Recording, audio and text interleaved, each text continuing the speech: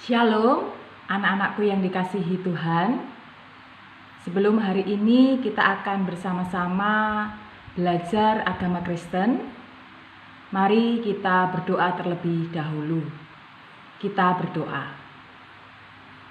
Bapa yang Maha Kasih, Tuhan kami Yesus Kristus, kami mengucap syukur akan kasih-Mu. Sebentar lagi Tuhan, kami akan bersama-sama belajar pendidikan agama Kristen.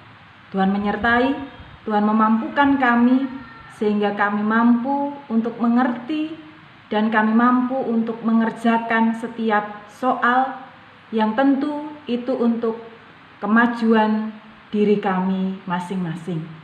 Terima kasih Tuhan, kami menyerahkan jalannya pelajaran kami pada saat ini ke dalam tangan kuasa-Mu. Di dalam nama Tuhan kami Yesus Kristus, kami serahkan doa kami. Amin.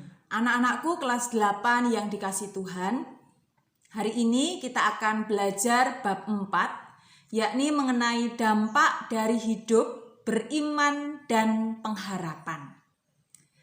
Manusia beragama diharapkan memiliki iman yang teguh supaya mampu mewujudkan imannya dalam sikap hidup sehari-hari.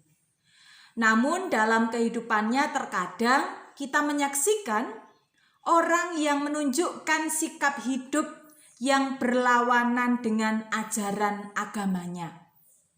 Beragama dan beriman adalah dua unsur yang saling berkaitan tetapi berbeda. Dalam surat Yakobus pasal 2 ayat 14-17, ya anak-anak bisa membaca itu, tertulis bahwa iman tanpa perbuatan adalah mati. Artinya iman itu harus diwujudkan dalam sikap hidup sehari-hari. Manusia beragama belum tentu beriman. Contohnya, di dalam KTP biasanya tertulis di situ agama seseorang. Tetapi belum tentu orang yang dalam KTP-nya tertulis agama, orang tersebut memiliki iman, menunjukkan sikap hidupnya yang beriman kepada Tuhan.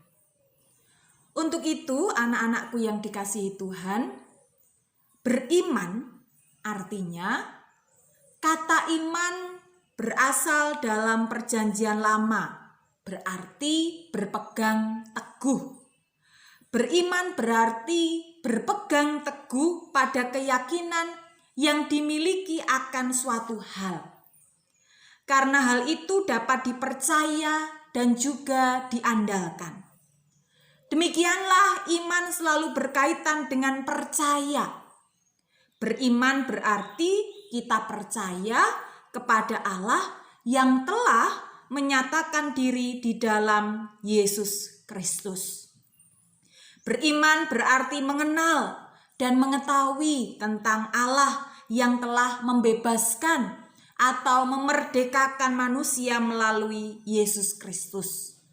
Beriman berarti mengakui kekuasaan Allah dalam firman-Nya, dalam kehidupan, dan karena itu setiap kita dipanggil untuk bersaksi tentang firman Allah melalui pikiran, perkataan, dan perbuatan kita.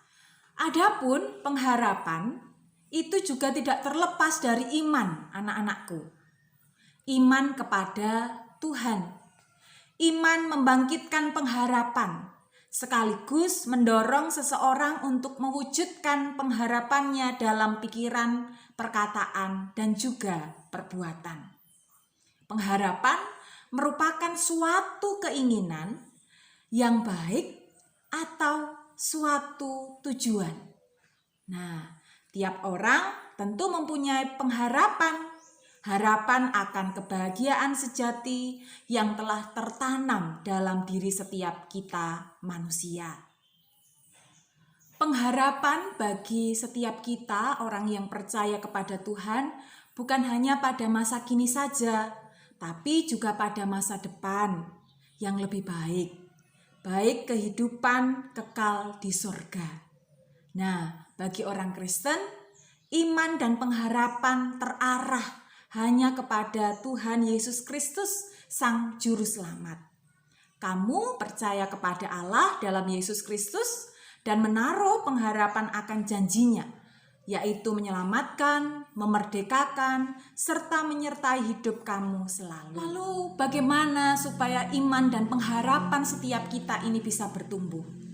Anak-anakku yang dikasihi Tuhan, iman dan pengharapan itu tidak bisa tumbuh secara otomatis.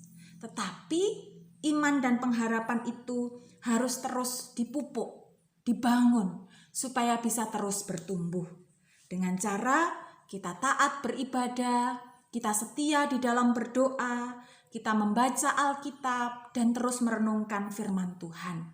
Kita memohon supaya Roh Kudus Tuhan memimpin kita, supaya kita terus bisa dekat dengan Tuhan, mengenal Tuhan, dan terus berpengharapan hanya di dalam Dia. Orang yang memiliki iman dan pengharapan di dalam Tuhan, maka ia tidak akan dikecewakan. Ia tidak akan dipermalukan. Ia akan memperoleh pertolongan dari Tuhan, memperoleh pembelaan dari Allah, memperoleh berkat-berkat dari Tuhan, memiliki jaminan hidup kekal, dan memperoleh kekuatan serta penghiburan, dan akan mendapatkan kemerdekaan dari perbudakan kebinasaan. Nah, anak-anakku, dari penjelasan yang sudah diberikan oleh Bu Guru tadi, sekarang saatnya anak-anak untuk menyiapkan diri mengerjakan tugas yang akan diberikan oleh Bu Guru. Tugas ini dikerjakan di kertas folio dan memakai bolpen berwarna hitam. Tugas yang pertama adalah anak-anak bisa menuliskan pengertian dari iman. Lalu yang kedua, tuliskan pengertian dari pengharapan.